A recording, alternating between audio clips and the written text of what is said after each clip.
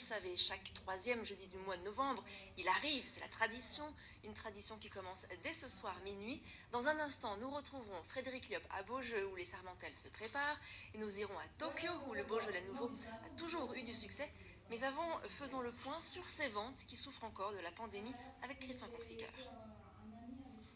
2020, un millésime à oublier pour les ventes de Beaujolais primeur. Alors que les chiffres s'étaient stabilisés les années précédentes, la crise sanitaire a eu un impact très net avec un recul de 16% des ventes. Une baisse qu'on observe d'abord sur le premier marché pour le Beaujolais nouveau, la France. Si les ventes de la grande distribution se sont montrées stables avec 6,5 millions de bouteilles écoulées l'an dernier, c'est la dégringolade dans les circuits traditionnels. 28% de baisse avec 3,5 millions de bouteilles écoulées, essentiellement chez les cavistes ou les producteurs, puisque les bars et restaurants étaient fermés du 30 octobre au 15 décembre. Le marché export accuse lui aussi un net recul de 20%. Malgré la crise sanitaire, le Japon est resté de très loin le premier marché étranger pour le Beaujolais nouveau avec près de 4 millions de bouteilles. Viennent ensuite les États-Unis avec 1,5 million de flacons, puis le Canada où, seule bonne nouvelle, on constate un accroissement des ventes de Beaujolais nouveau. Sur le podium des consommateurs européens, on trouvait l'an dernier l'Allemagne puis la Belgique avec des baisses relativement modérées. La Grande-Bretagne, traditionnellement friande de Beaujolais nouveau, a vu ses ventes chuter de 38%. Entre Covid et Brexit, notre vin primeur n'a pas été à la fête, outre-Manche. Alors comme promis, allons sans plus attendre dans le pays du Beaujolais nouveau. Pendant 5 jours, la commune de Beaujeu a fêté l'arrivée de la cuvée 2021. Bonsoir Frédéric Liop, vous êtes sur place. Comment se passent les préparatifs? Bonsoir. Eh bien écoutez, on peut dire que les préparatifs se passent plutôt bien et qu'on est même au-delà des préparatifs. Là je suis vraiment au cœur du village, juste au pied de l'église, et derrière moi il y a déjà un parcours dégustation organisé, dégustation de Beaujolais bien entendu, mais attention, pas le Beaujolais nouveau. Lui, ce ne sera qu'après minuit, lorsque le tonneau qui a une centaine de mètres, là vous allez le voir dans les images, sera percé. Alors effectivement la fête c'est aujourd'hui ici, il y a aussi un grand repas festif qui est organisé, et j'ai à côté de moi le président des Sarmentelles, donc l'organisation de la fête, Alain Laforêt. Bonjour. Est-ce qu'on peut dire, bonsoir plutôt, est-ce qu'on peut dire qu'aujourd'hui, 2021, on retrouve un petit peu les prix festifs qu'on n'avait vraiment pas eu du tout l'année dernière? Ah, tout à fait. Cette année, on retrouve la fête des Sarmentelles comme elle était jadis. L'année passée, on a eu des petits problèmes pour des raisons de pandémie. Mais cette année, c'est bien, on retrouve la fête comme il se doit et on se rend compte que les gens ont envie de faire la fête. Les gens sont bien venus, on voit que vraiment les rues sont bondées. Oui, oui, les gens sont bien revenus. Bon, on a beaucoup moins d'étrangers cette année, mais on savait ça. C'est pour des raisons de pandémie.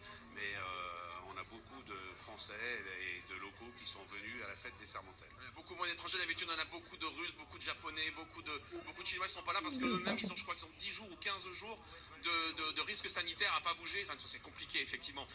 Est-ce qu'on peut parler du programme? Donc ce soir il y a un repas très festif pour 1000 personnes. Oui, tout à fait. Ce soir, il y a le repas prestige sous le chapiteau, où on est 1000 personnes. Il y a un repas au théâtre, un repas gourmand au théâtre avec une animation aussi, où on a 200 personnes, et un repas au stade à la salle des sports, où on a 700 personnes. Alors, il y a des festivités qui vont continuer vraiment jusqu'à dimanche. Demain, il y a un concert. Ça, c'est nouveau. Tout à fait, c'est nouveau, parce qu'on se rendait compte que le jour du déblocage, finalement, on n'avait rien à Beaujeu.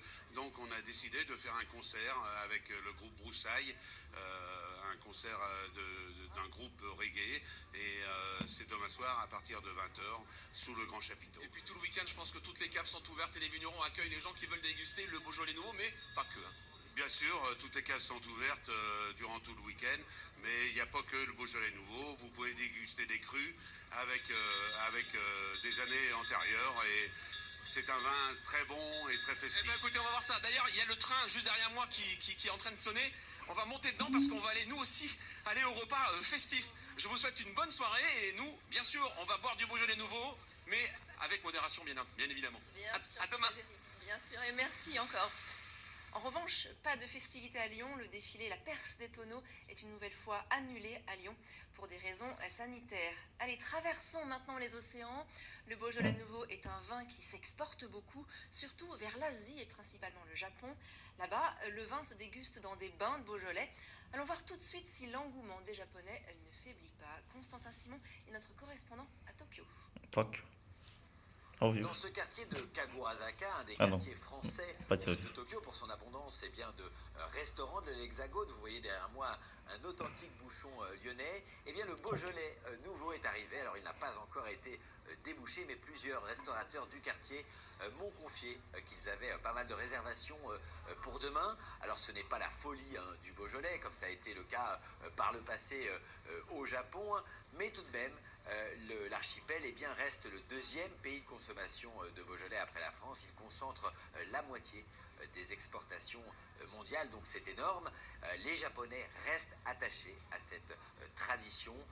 Ils aiment beaucoup finalement ce vin, son goût fruité, léger, cela correspond parfaitement au palais nippon. Et puis il y a aussi cette habitude d'aimer goûter des premiers produits de l'année. Ça c'est très japonais, c'est censé porter chance. Et c'est exactement ce qui fait la réussite du Beaujolais ici. Enfin, les Japonais sont attachés à ce privilège qu'ils ont, cette fierté finalement d'être un peu presque les premiers à pouvoir consommer sur toute la planète du Beaujolais. Ils le font avec 8 heures d'avance sur les Français, et ce sont ces quelques heures d'avance qui font toute la magie et toute la réussite du Beaujolais ici. Merci Constantin, et reportage complet demain dès le 12-13 sur cette magie au Japon. Alors cette tradition du Beaujolais nouveau, le 3e jeudi de novembre, fête cette année ses 70 ans, et vous allez le voir, dans le vignoble du Beaujolais, la relève est assurée.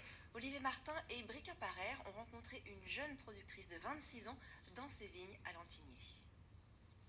Allez mon grand, au boulot, allez. À 26 ans, Anaïs Pertuiset a fait le choix d'une viticulture traditionnelle et exigeante. La jeune femme s'est installée en avril dernier au cœur du Beaujolais. C'est la première fois qu'elle laboure cette parcelle avec son cheval de trait. Là, je suis en train de griffer les sols pour enlever l'herbe de l'année. Elle n'est pas fille de viticulteur. Elle a franchi le pas car elle est passionnée par le vin et a entrepris des études d'œnologie. Son domaine s'étend aujourd'hui sur 2,5 hectares. Elle en a acheté la moitié et loue le reste des parcelles. Actuellement, dans le Beaujolais village, il y a des fonciers qui sont accessibles pour des jeunes comme moi qui partent de zéro. Et j'ai fait ma première vinification là, cette année avec mes premiers vins. Sa toute première cuvée, la voici. Un Beaujolais nouveau. Elle tenait à produire ce vin primeur pour respecter la tradition locale. Quand ça y est, on a notre vin dans la bouteille avec notre nom et tout, et ça fait plaisir. Ça veut dire que pendant un an, j'ai pas travaillé pour rien. 800 bouteilles étiquetées et mises en carton sous le regard bienveillant de Gérard Gentil, un viticulteur à la retraite. La jeune femme n'a pas de caveau, il a mis à disposition le sien pour qu'elle produise ses premiers vins. Elle est courageuse de se lancer. Oui, courageuse, mais c'est pas qu'un problème de courage, elle est surtout travailleuse et intelligente. C'est la relève, c'est l'avenir du Beaujolais. Ces derniers jours, elle enchaîne les livraisons, chez des cavistes notamment, comme celui-ci. L'idée, c'était de rester sur du plein fruit.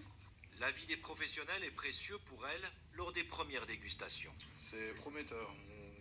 On sait un millésime assez gourmand, on y est. Là, de le voir dans des rayons et avoir des gens qui nous font confiance pour le commercialiser, et c'est une petite fierté, c'est un accomplissement et ça fait plaisir, ouais. Le Beaujolais nouveau donne souvent un premier aperçu de ce que seront les prochaines cuvées. Les débuts d'Anaïs Pertuiset sont prometteurs. Elle produira cette année 3000 bouteilles de Régnier, l'un des crus du Beaujolais, une nouvelle étape pour la jeune vigneronne. Dans le reste de l'actualité,